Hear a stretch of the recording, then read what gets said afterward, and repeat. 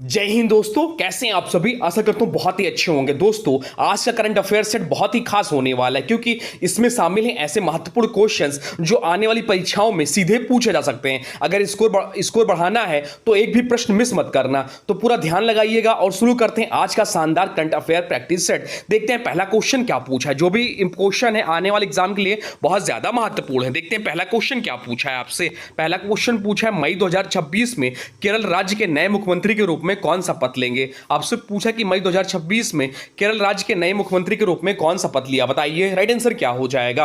Right answer comment box में लिख दीजिए। तो इस प्रश्न का राइट आंसर क्या है वो आप लोग कमेंट बॉक्स में बताइए।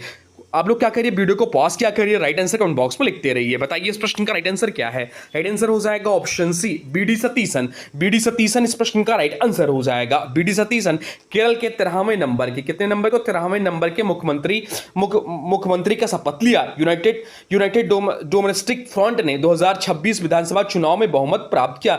यूडीएफ इनका पार्टी का नाम है शॉर्टकट में। केरल विधानसभा में कुल 140 सीटें, कितनी सीटें हैं केरल विधानसभा में, अभी पूछ सकता है। केरलम जिसका नया नाम, केरल राज्य का नया नाम केरलम हो गया है, या भी ध्यान रखिएगा। पिनाराई विजयन जो है पूर्व मुख्यमंत्री रहे। केरल की राजधानी क्या है, तो केरल की राजधानी तिरुवनंतपुरम है। केरल उच्च साक्षरता वाला राज्य है। अब चलते हैं अगले प्रश्न की ओर। देखते हैं अगला प्रश्न क्या पूछा है आपसे। अगला प्रश्न पूछा, भारत के यूपीआई को अपनाने वाला पहला कैरिबियाई देश कौन बना है। आपसे पूछा है कि भारत के यूपीआई को अपनाने वाला पहला कैरिबियाई देश कौन बना है, बताइए राइट आंसर क्या हो जाएगा। राइट आंसर कमेंट बॉक्स में लिख दीजिए, बताइए क्या होगा। राइट आंसर हो जाएगा ऑप्शन डी, त्रिनाद और टोबैगो। त्रिनाद और टोबैगो इस प्रश्न का राइट आंसर हो जाएगा। त्रिनाद एंड टोबैगो भारत के यूपीआई सिस्टम को अपनाने वाला पहला कैरिबियाई देश बना। यूपीआई का विकास National Payments Corporation of India NPCI द्वारा किया गया। यूपीआई डिजिटल भुगतान प्रणाली है। यूपीआई का पूरा नाम क्या, तो यूपीआई का पूरा नाम होता है यूनिफाइड पेमेंट्स इंटरफेस है।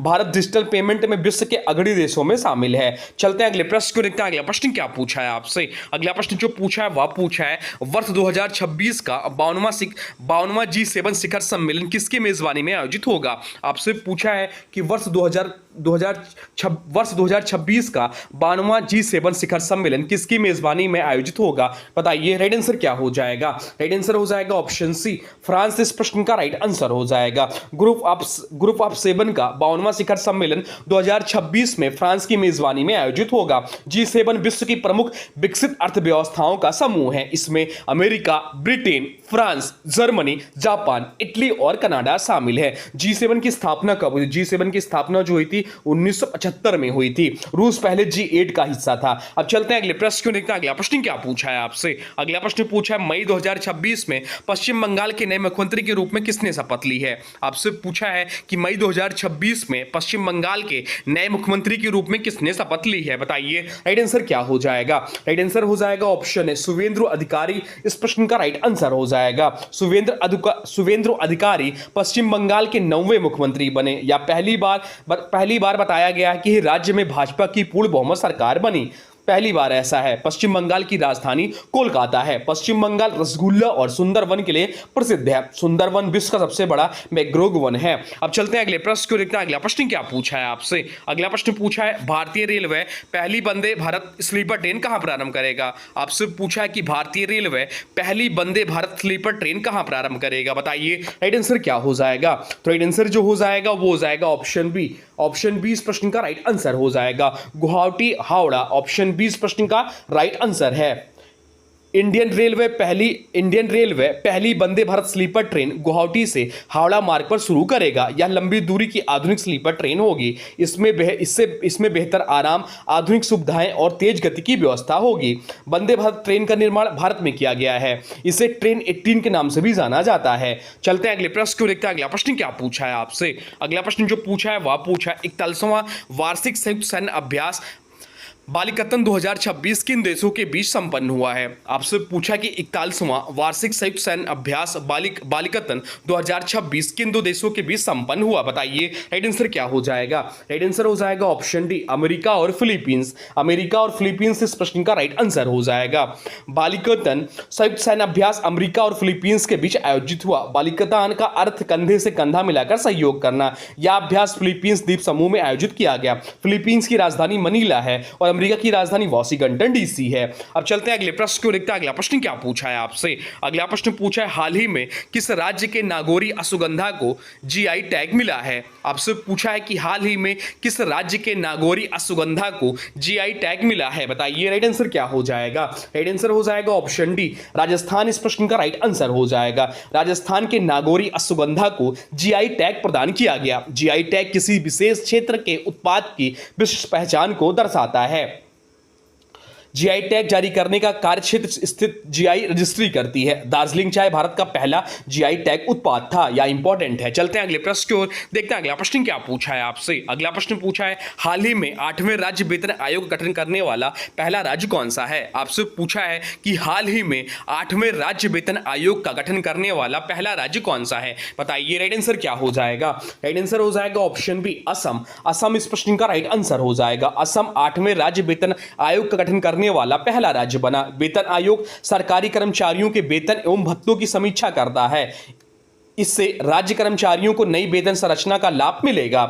केंद्र सरकार में वर्तमान में 7वां वेतन आयोग लागू है। असम की राजधानी क्या है, तो असम की राजधानी दिसपुर है। चलते हैं अगले प्रश्न को देखते हैं। अगला प्रश्न क्या पूछा है आपसे। अगला प्रश्न पूछा है हाल ही में सुप्रीम कोर्ट ने पासपोर्ट के अधिकार को किस अनुच्छेद के तहत मूल अधिकार घोषित किया है। आपसे पूछा है कि हाल ही में सुप्रीम कोर्ट ने पासपोर्ट के अधिकार को किस अनुच्छेद के तहत मूल अधिकार घोषित किया है। बताइए क्या होगा राइट आंसर, या इंपॉर्टेंट प्रश्न है आपके आने वाले एग्जाम के लिए। राइट आंसर हो जाएगा ऑप्शन सी, अनुच्छेद 21 इस प्रश्न का राइट आंसर हो जाएगा। सुप्रीम कोर्ट ऑफ इंडिया ने पासपोर्ट के अधिकार को अनुच्छेद 21 से जोड़ा है। अनुच्छेद 21 जीवन और व्यक्तिगत स्वतंत्रता के अधिकार से संबंधित है। विदेश यात्रा का अधिकार भी व्यक्तिगत स्वतंत्रता का हिस्सा माना जाता है। बाकी विकल्पों की बात करें तो अनुच्छेद 19 स्वतंत्रता के अधिकार से संबंधित है। अनुच्छेद 20 अपराधों के से संरक्षण, अनुच्छेद 22 गिरफ्तारी और निरोध से सुरक्षा है। अनुच्छेद 21 भारतीय संविधान का अत्यंत महत्वपूर्ण अनुच्छेद है। राइट टू प्राइवेसी भी अनुच्छेद 21 के अंतर्गत माना गया है। चलते हैं अगले प्रश्न को देखते हैं। अगला प्रश्न क्या पूछा है आपसे। अगला प्रश्न जो पूछा है वह पूछा है हाल ही में भारत ने वैश्विक स्तर पर चावल उत्पादन करने वाले देशों में कौन सा स्थान हासिल किया है। आपसे पूछा है कि हाल ही में भारत ने वैश्विक स्तर पर चावल उत्पादन करने वाले देशों में कौन सा स्थान हासिल किया है। बताइए राइट आंसर क्या हो जाएगा। तो राइट आंसर जो हो जाएगा वो हो जाएगा ऑप्शन ए, पहला स्थान हासिल किया है। इंडिया विश्व में चावल उत्पादन में प्रथम स्थान पर है। भारत दुनिया का सबसे बड़ा चावल उत्पादक और प्रमुख निर्यातक देशों में शामिल है। पश्चिम बंगाल, उत्तर प्रदेश, पंजाब और आंध्र प्रदेश प्रमुख चावल उत्पादक राज्य हैं। भारत गेहूं उत्पादन में भी विश्व के प्रमुख देशों में शामिल है। हरित क्रांति का सबसे अधिक प्रभाव गेहूं और धान पर पड़ा। अब चलते हैं अगले प्रश्न को देखते हैं। अगला प्रश्न क्या पूछा है आपसे। अगला प्रश्न पूछा है हाल ही में चर्चा में रहे कलई द्वितीय हाइड्रो पावर प्रोजेक्ट का संबंध किससे है। आपसे पूछा कि हाल ही में चर्चा में रहे कलई सेकंड हाइड्रो पावर प्रोजेक्ट का संबंध किससे है। बताइए राइट आंसर क्या हो जाएगा। राइट आंसर हो जाएगा ऑप्शन सी, अरुणाचल प्रदेश इस प्रश्न का राइट आंसर हो जाएगा। अरुणाचल प्रदेश में कलई द्वितीय हाइड्रो पावर प्रोजेक्ट स्थित है। यह परियोजना जल विद्युत उत्पादन से संबंधित है। पूर्वोत्तर भारत में जल विद्युत परियोजनाओं का तेजी से विकास किया जा रहा है।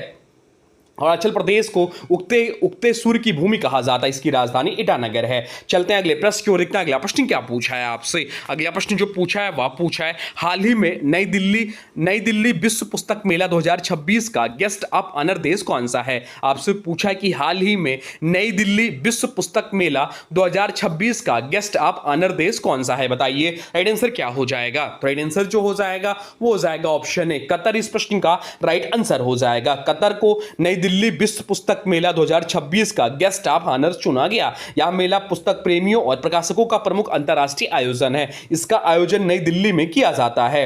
कतर की राजधानी दोहा है। कतर फीफा वर्ल्ड कप 2022 की मेजबानी कर चुका है। चलते हैं अगले प्रश्न को देखते हैं। अगला प्रश्न क्या पूछा है आपसे। अगला प्रश्न पूछा है हाल ही में भारतीय सेना ने किस देश के साथ लंबी दूरी के रॉकेट लॉन्चर सूर्यास्त के लिए समझौता किया है। आपसे पूछा कि हाल ही में भारतीय सेना ने किस देश के साथ लंबी दूरी के रॉकेट लॉन्चर सूर्यास्त्र के लिए समझौता किया है। बताइए राइट आंसर क्या हो जाएगा। राइट आंसर हो जाएगा ऑप्शन बी, इजराइल इस प्रश्न का राइट आंसर हो जाएगा। इजराइल के साथ भारत ने लंबी दूरी के रॉकेट लॉन्चर सूर्यास्त के लिए समझौता किया। भारत और इजराइल रक्षा तकनीक के क्षेत्र में महत्वपूर्ण साझेदार है। यह समझौता भारतीय सेना की मारक क्षमता को मजबूत करेगा। भारत इजराइल रक्षा सहयोग प्रतियोगी परीक्षाओं में महत्वपूर्ण विषय है। इजराइल की राजधानी यरूशलेम है। चलते हैं अगले प्रश्न की ओर देखते हैं। अगला प्रश्न क्या पूछा है आपसे। अगला प्रश्न जो पूछा है वह पूछा है है हाल ही में संयुक्त राष्ट्र सुरक्षा परिषद के अस्थायी सदस्य कौन बने। यह महत्वपूर्ण प्रश्न है, इंपॉर्टेंट प्रश्न है आपके आने वाले एग्जाम के लिए। आपसे पूछा है कि हाल ही में संयुक्त राष्ट्र सुरक्षा परिषद के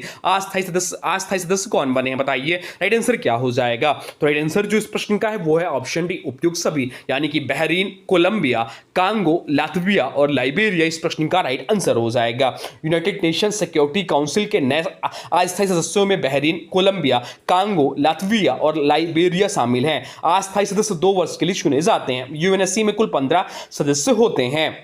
यूएनएससी में 5 स्थायी सदस्य हैं। कौन कौन से? तो अमेरिका, रूस, चीन, ब्रिटेन और फ्रांस हैं।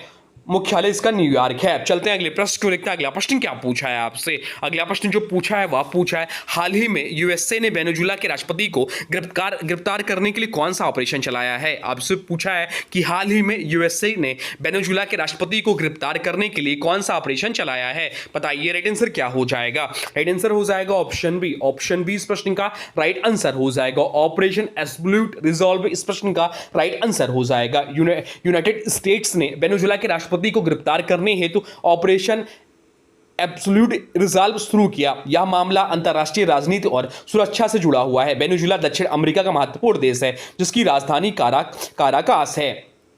यूएसए की राजधानी क्या है? तो यूएसए की राजधानी वाशिंगटन डीसी है। वेनेजुएला तेल भंडार के लिए प्रसिद्ध है। अब चलते हैं अगले प्रश्न की ओर, देखते हैं अगला प्रश्न क्या पूछा है आपसे। अगला प्रश्न पूछा है हाल ही में एटॉमिक एनर्जी रेगुलेटरी बोर्ड का चेयरमैन किसे नियुक्त किया गया है। आपसे पूछा है कि हाल ही में एटॉमिक एनर्जी रेगुलेटरी बोर्ड का चेयरमैन किसे नियुक्त किया गया है, बताइए राइट आंसर क्या हो जाएगा। राइट आंसर हो जाएगा ऑप्शन सी, AK बाला सुब्रमण्यम इस प्रश्न का राइट आंसर हो जाएगा। एटॉमिक एनर्जी रेगुलेटरी बोर्ड के नए चेयरमैन AK बाला सुब्रमण्यम बने हैं। AERB भारत में परमाणु सुरक्षा एवं नियमन से संबंधित संस्था है।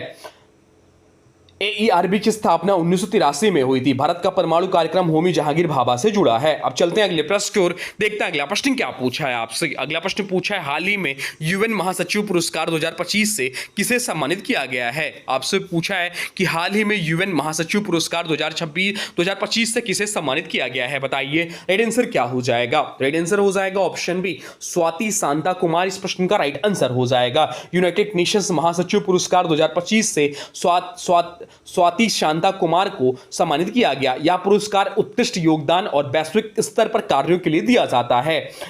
वर्तमान UN महासचिव है एंटोनियो गुटेरस। संयुक्त राष्ट्र दिवस होता है 24 अक्टूबर को मनाया जाता है। चलते हैं अगले प्रश्न की ओर, देखते हैं अगला प्रश्न क्या पूछा है आपसे। अगला प्रश्न पूछा है हाल ही में अरालम बटरफ्लाई अभ्यारण्य किस राज्य का पहला तितली अभ्यारण्य बना है। आपसे पूछा कि हाल ही में अरालम बटरफ्लाई अभ्यारण्य किस राज्य का पहला तितली अभ्यारण्य बना है, बताइए राइट आंसर क्या हो जाएगा। राइट आंसर हो जाएगा ऑप्शन बी, केरलम इस प्रश्न का राइट आंसर हो जाएगा। केरला का अरालम बटरफ्लाई अभ्यारण्य राज्य का पहला तितली अभ्यारण्य बना। अरालम वन्यजीव अभ्यारण्य पश्चिमी घाट क्षेत्र में स्थित है। यह जैव विविधता के लिए प्रसिद्ध है।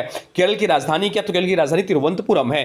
केरल को गॉड आउन कंट्री कहा जाता है। चलते हैं अगले प्रश्न की ओर, देखते हैं अगला प्रश्न क्या पूछा है आपसे। अगला प्रश्न पूछा है हाल ही में खेलो इंडिया बीच गेम्स 2026 में किसने पदक तालिका में शीर्ष स्थान हासिल किया है। आपसे पूछा कि हाल ही में खेलो इंडिया बीच गेम्स 2026 में किसने पदक तालिका में शीर्ष स्थान हासिल किया है, बताइए राइट आंसर क्या हो जाएगा। राइट आंसर हो जाएगा ऑप्शन डी, कर्नाटक इस प्रश्न का राइट आंसर हो जाएगा। खेलो इंडिया बीच गेम्स 2026 में कर्नाटक ने कुल 11 पदक जिसमें 3 स्वर्ण, 2 रजत और 6 कांस्य जीतकर पदक तालिका में शीर्ष स्थान हासिल किया। यह प्रतियोगिता दीव के गोखला बीच पर आयोजित की गई थी। कर्नाटक के बाद अन्य राज्य इस प्रकार थे। दूसरा स्थान तमिलनाडु 8 पदक जिसमें 3 स्वर्ण, 2 रजत, 3 कांस्य। तीसरा स्थान मणिपुर का था। कर्नाटक की राजधानी बेंगलुरु है और खेलो इंडिया योजना 2018 में शुरू हुई थी। चलते हैं अगले प्रश्न की ओर, देखते हैं अगला प्रश्न क्या पूछा है आपसे। अगला प्रश्न पूछा है हाल ही में पर्यावरण का नोबेल आपसे पूछा कि हाल ही में पर्यावरण का नोबेल टाइलर पुरस्कार 2026 से किसे सम्मानित किया गया है। आपसे पूछा है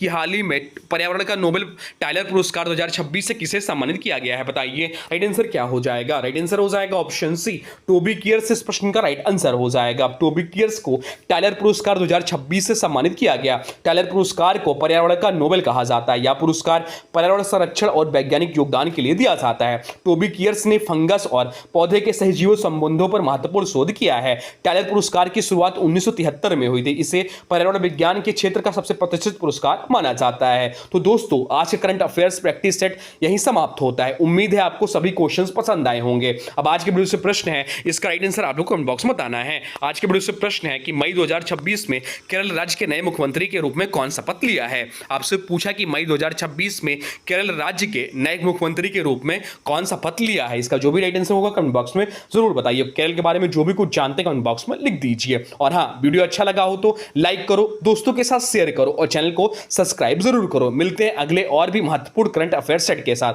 तब तक के लिए जय हिंद, वंदे मातरम।